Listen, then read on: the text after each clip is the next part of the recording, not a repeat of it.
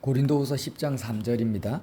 우리가 육신으로 행하나 육신을 따라 싸우지 아니하노니 우리의 싸우는 무기는 육신에 속한 것이 아니요 오직 어떤 견고한 진도 무너뜨리는 하나님의 능력이라.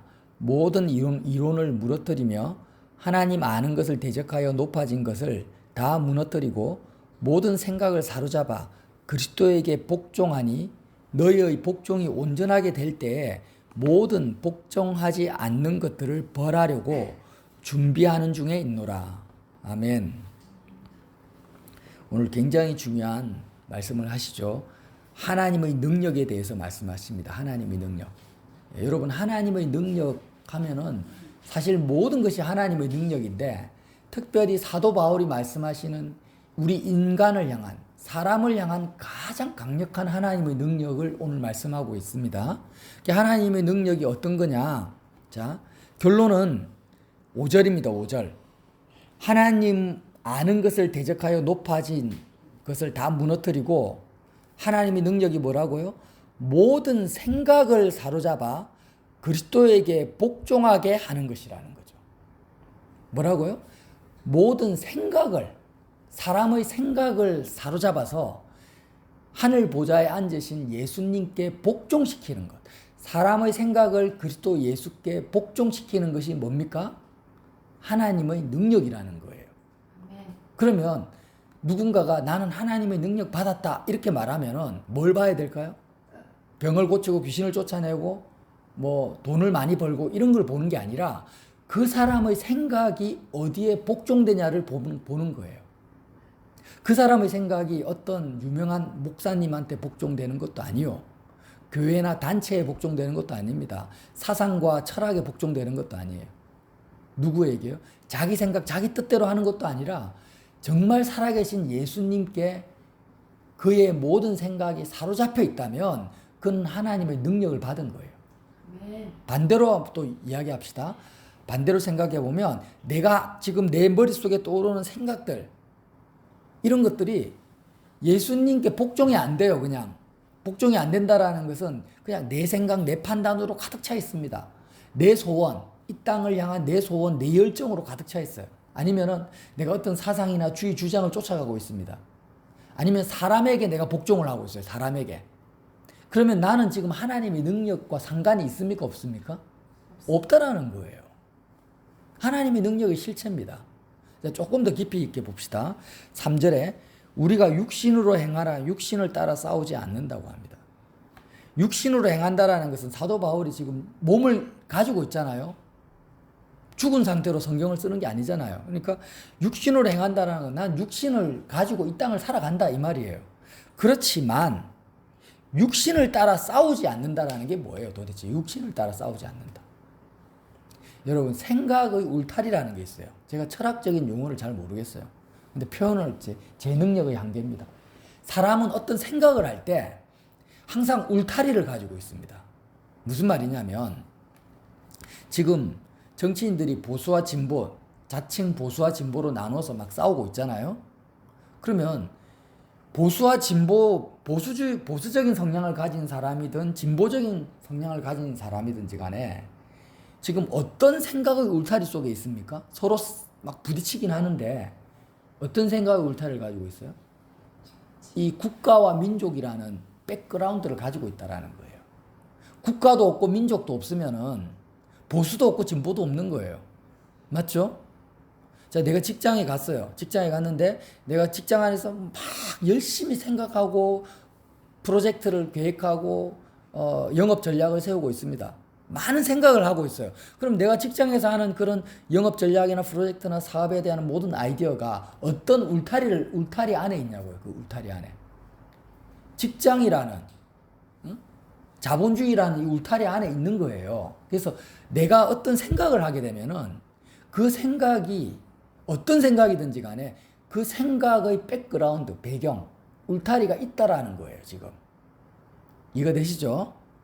그런데 하나님의 능력은 뭐냐면 우리가 어떤 생각, 논리적이냐, 합리적이냐, 뭐 감성적이냐, 어떤 생각을 하느냐에 초점이 있는 게 아니라 하나님의 능력은 이 생각의 울타리를 꽤 부수는 데 있다라는 거예요. 생각의 울타리를 말이 좋아 울타리지 사실은 족쇄고 올무입니다. 올무. 이것을 무너뜨리는 데 있다라는 그게 하나님의 능력이라는 거예요. 자, 보수 성향을 가진 기독교인이 있고 진보 성향을 가진 기독교인이 있어요. 노무현 문재인 대통령을 좋아하는 크리스찬이 있고 아니면은 박근혜 이승만 대통령을 좋아하는 크리스찬이 있어요. 같은 교회 안에서도 서로 피 튀기면서 싸웁니다. 분열이 일어나고 있단 말이에요. 그러면 자, 보수 성향을 가진 사람이나 진보 성향을 가진 사람이 지금 어떤 생각의 울타리가 있습니까? 맞죠? 대한민국 사회라는 이 울타리 속에 갇혀 있는 거예요. 이 생각의 울타리를 가지고 있는데 이 울타리는 육신의 울타리야. 육신, 몸. 자, 내가 몸을 가지고 있으니까 대한민국 국민으로 태어났잖아요.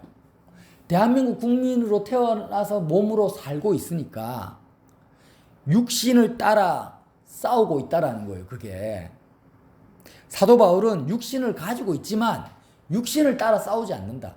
사도 바울은 육신은 이스라엘 유대인입니다. 유대인. 그죠? 그리고 이스라엘 로마 시민입니다. 그럼 로마 시민으로서 내가 이스라엘 유대인으로서의 그런 육신 안에서 그것을 하나의 생각의 울타리로 삼아서 그 안에 생각이 갇혀있지 않다라는 거예요. 유대주의자도 아니고 어떤 로마 시민권자로서의 로마 제일주의자도 아니라는 거예요. 그런데 지금 교회 안에서 예배당 안에서 보수와 진보가 싸우고 있다는 것은 마치 본인들은 그게 하나님의 뜻이다. 하나님이 이걸 기뻐한다고 다 외치고 있지만 결국에는 본인의 육신의 영역을 못 벗어나고 있는 거예요. 못 벗어나고 있기 때문에 아무리 그것이 논리적이고 합리적이고 이성적인 생각이라 할지라도 육에 속한 생각이고 육신을 따라 행하는 거고 육신을 따라 싸우고 있다는 거예요. 하나님의 능력과 상관이 없습니다. 하도 요즘에 PD 수첩에서 때리는 사랑제일교회 모 목사님 아무리 그가 민족을 사랑하고 대한민국을 사랑해도요 그의 생각은 육신에 제한되어 있다는 거예요. 여러분 이것이 얼마나 하나님을 대적하는 것인지 아십니까? 로마서를 찾아보겠습니다. 로마서 8장 13장. 로마서 8장 13절.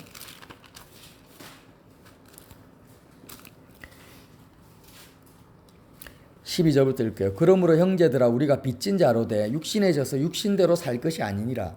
너희가 육신대로 살면 반드시 죽을 것이로되 영으로서 몸의 행실을 죽이면 살리니 무릇 하나님의 영으로 인도함을 받는 사람은 곧 하나님의 아들이라.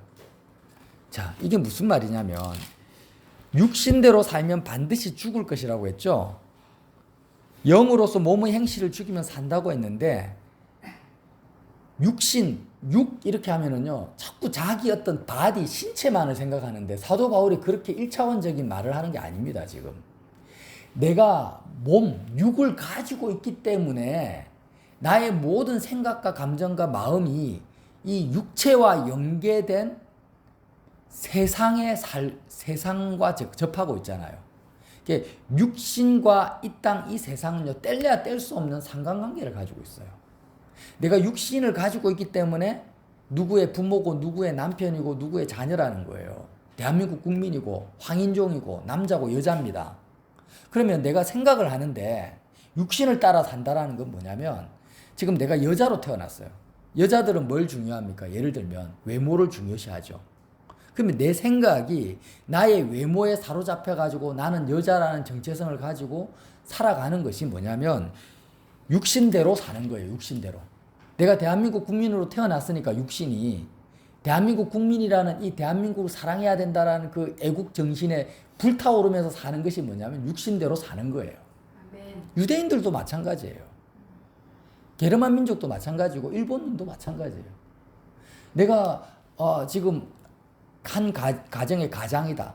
이 가정을 책임져야 된다라는 그런 가정 책임지고자 하는 그런 소명의식에 살아가는 것도 육신대로 사는 거예요, 그게.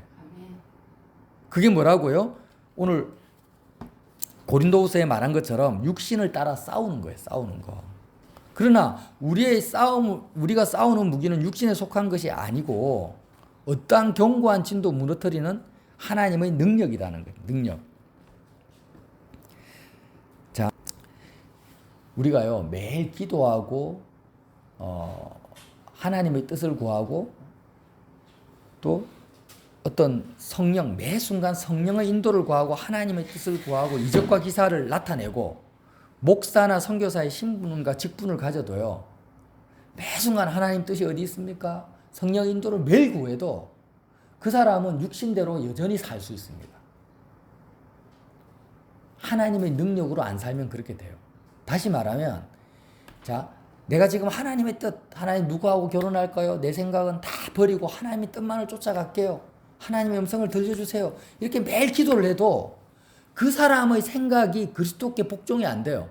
다시 말하면 생각의 울타리가 육신의 그 틀 안에 갇혀 있다면 그 사람은 하나님과의 원수된 상태로 성령의 뜻을 구하고 있는 거예요. 아예 판 자체가 바뀌어야 돼요. 조금 더 구체적으로 예를 들면 자, 나는 부산에 있는 어떤 교회의 집사다, 장로다라는 소속감을 내가 먼저 마음으로 갖고 있습니다. 내 육신이 나는 이 장로고 우리 교회가 대한민국에서 제일 영적인 교회가 최고의 교회가 돼야 돼. 이런 의식을 가지고 있는 목사님, 장로님이 매 순간 어떻게 합니까? 성령의 인도를 구하고 자기 자신을 예수님을 사랑하려고 아무리 노력을 해도 그는 이미 육신이라는 그 울타리 안에, 세상이라는 울타리 안에 갇혀있기 때문에 공중권세 잡은 마귀의 그 영역 안에 갇혀있기 때문에 절대로 그의 생각이 그리스도께 복종이 될 수가 없다라는 거예요. 우리의 생각이 그리스도께 복종된다라는 의미는요, 예수님은 지금 이 땅에 계신 분이 아니에요. 하늘 보좌에 계셔요. 그죠? 예수님이 빌라도 앞에서 헤롯 앞에서 뭐라고 했습니까? 내 나라는 이 세상에 속한 것이 아니라고 했죠. 그러면 모든 생각이 그리스도께 복종된다라는 말은요, 내가 이 세상에 있는 어떤 대통령이나 임금, 어떤 사람, 사상, 주의, 주장, 철학, 아니면 내 생각, 내 판단, 여기에 복종이 안 된다라는 건 뭐예요?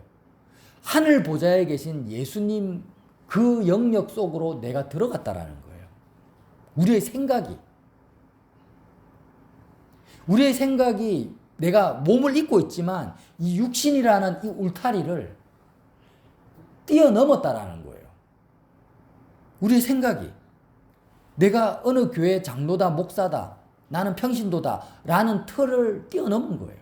나는 남자다, 여자다, 나는 가난하다, 부하다, 못생겼다, 잘생겼다, 건강하다, 나는 병들었다, 나는 지금 우울하다, 기쁘다, 돈이 많다, 적다, 이 모든 생각의 울타리가 되는 모든 틀들을 다 뛰어넘고 어디에까지 도달했다라는 겁니까? 하늘 보좌에 계신 예수님께로 내가 간 거예요. 거기 가서 그 그리스도께 생각이 복종되고 사로잡히는 것이 뭐라고요? 하나님의 능력이라는 거예요. 이해가 되십니까? 이해가 잘 안 되는 것 같아.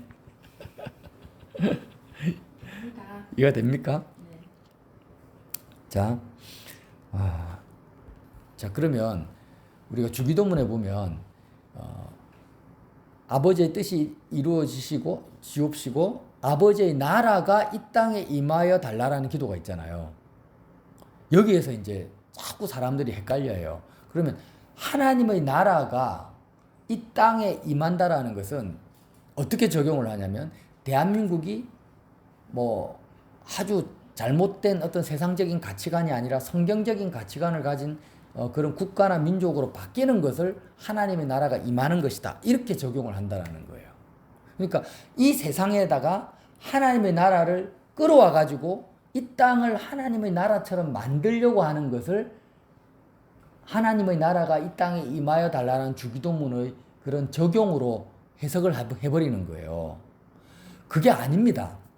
절대 그게 아니에요. 그게 아니고 하나님의 나라가 이 땅에 임하게 해달라는 그 기도의 의미는 뭐냐면 원래부터 하나님의 나라가 태초 전부터 존재해 있었어요.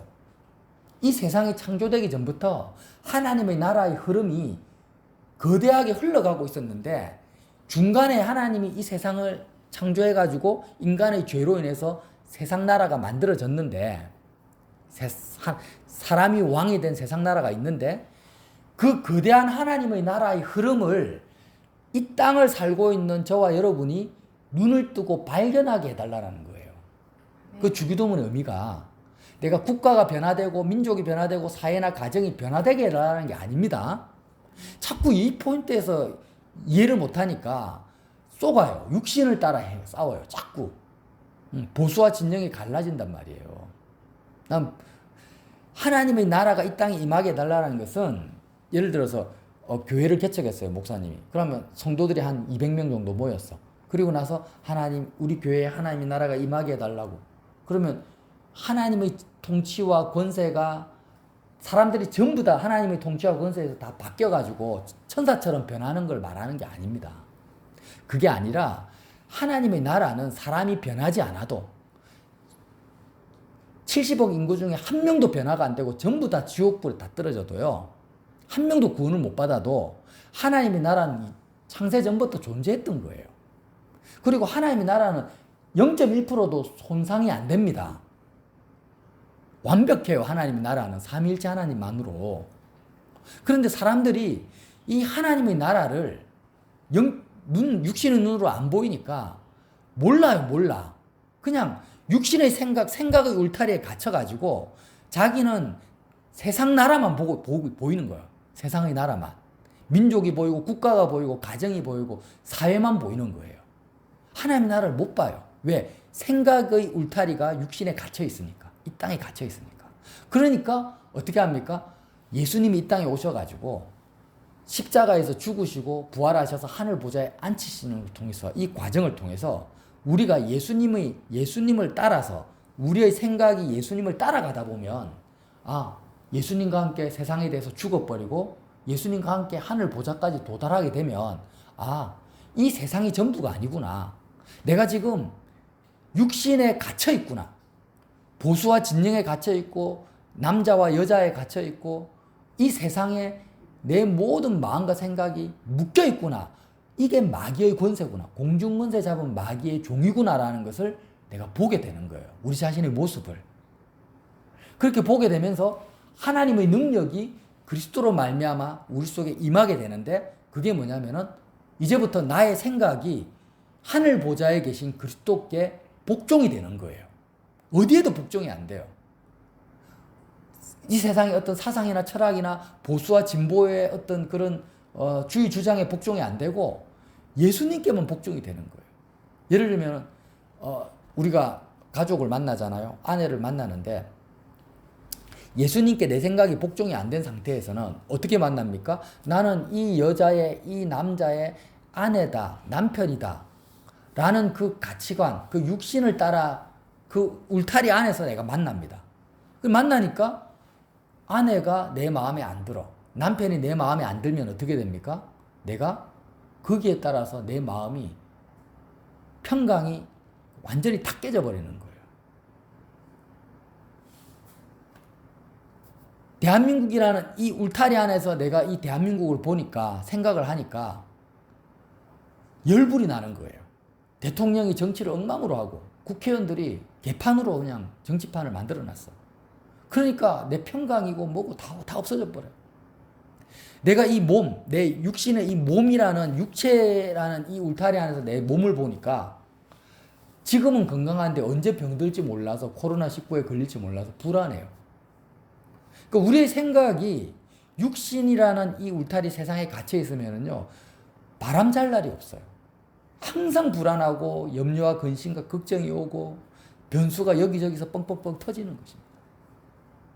죽음이 두려워요.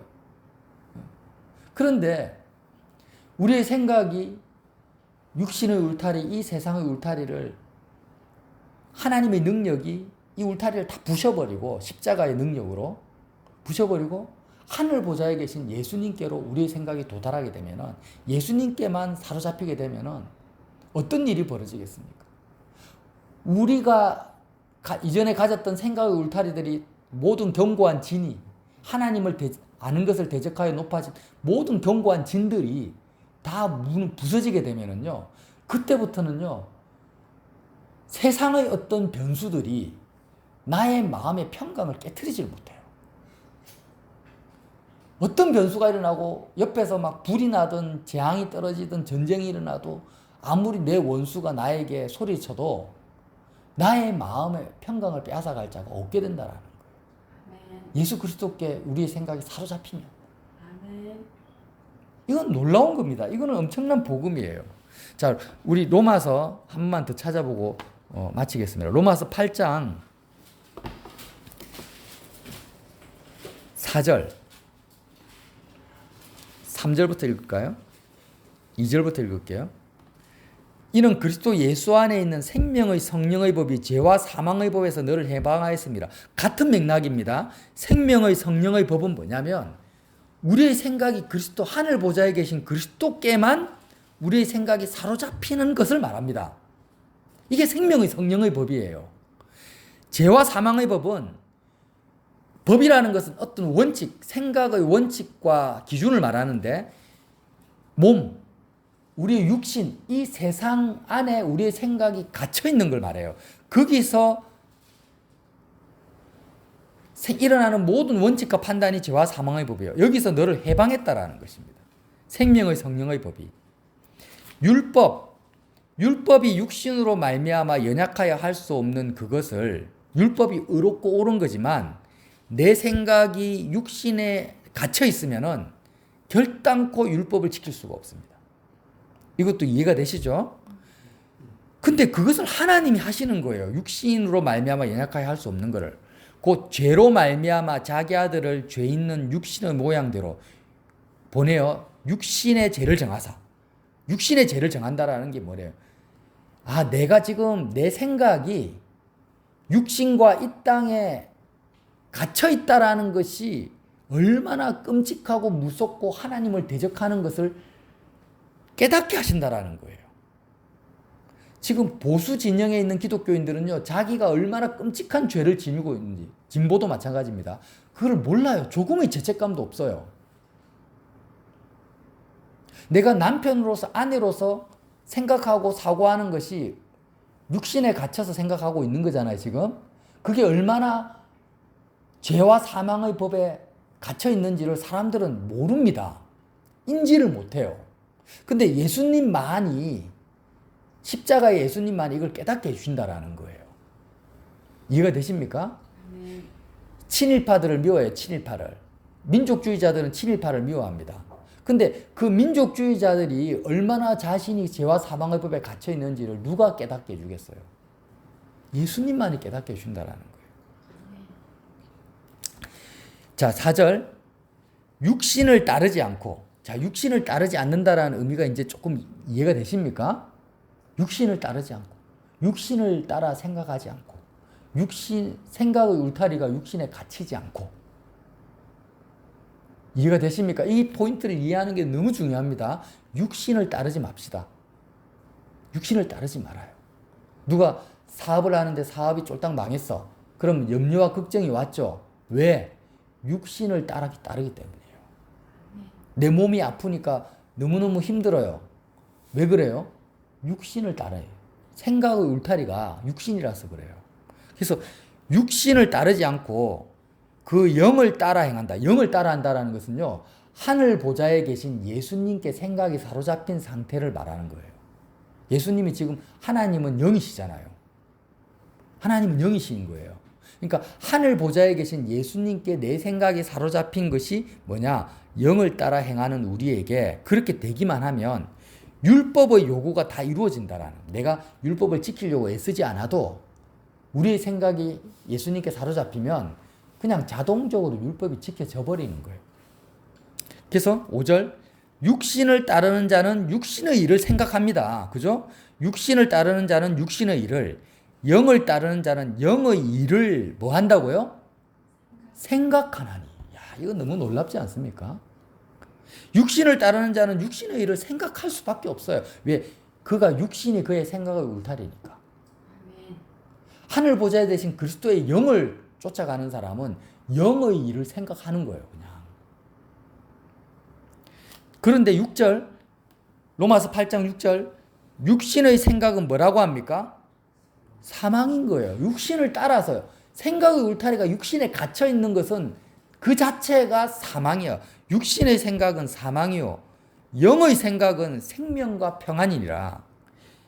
육신의 생각은, 육신을 따라가는 이 생각은, 갇혀있는 생각은 하나님과 원수가 되나니 이는 하나님의 법에 굴복하지 아니할 뿐 아니라 할 수도 없음이라. 육신에 있는 자들은 하나님을 기쁘시게 할 수 없느니라. 와, 여러분, 육신을 따라서 육신에 갇혀서 육신의 생각은 하나님과 뭐라고요? 원수라는 거예요. 사기치고 도둑질하고 간음하는 것만 원수가 아닙니다. 그냥 내 생각이 육신에 갇혀 있는 것이 하나님과 그 자체가 원수인 겁니다. 여기에 대한 우리의 자각이 진짜 필요해요. 자, 9절에 만일 너희 속에 하나님의 영이 거하시면 너희가 육신에 있지 아니하고 영에 있나니 누구든지 그리스도의 영이 없으면 그리스도의 사람이 아니라. 그리스도의 영이라는 것은요, 결국에는 세상의 영을 대적합니다.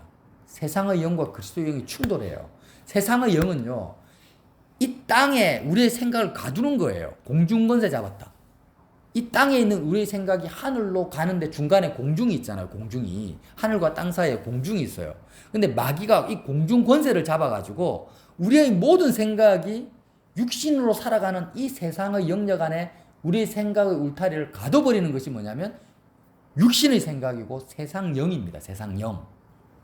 그러나 그리스도의 영은 지금 예수님이 계신 하늘 보좌에까지 우리의 생각이 도달하게 하는 것입니다. 이 땅에 있는 우리 육신을 뚫고 나갑니다. 그래서 그 하늘 보좌에 계신 그리스도께 우리의 생각이 사로잡히게 되면은 어떤 일이 벌어지냐면은 율법의 모든 요구가 지켜지는 거예요. 노력하지 않아도. 이것이 뭐라고요? 고린도후서에 나온 하나님의 능력이라는 것입니다. 고린도후서 10장 다시 한번 이제 읽고 마치겠습니다. 정말 10장 3절 말씀 하나하나의 의미를, 말씀 자체의 의미를 여러분 이해하셔야 돼요. 10장 3절 우리가 육신으로 행하나, 사도 바울이 육신을 입고 있어요.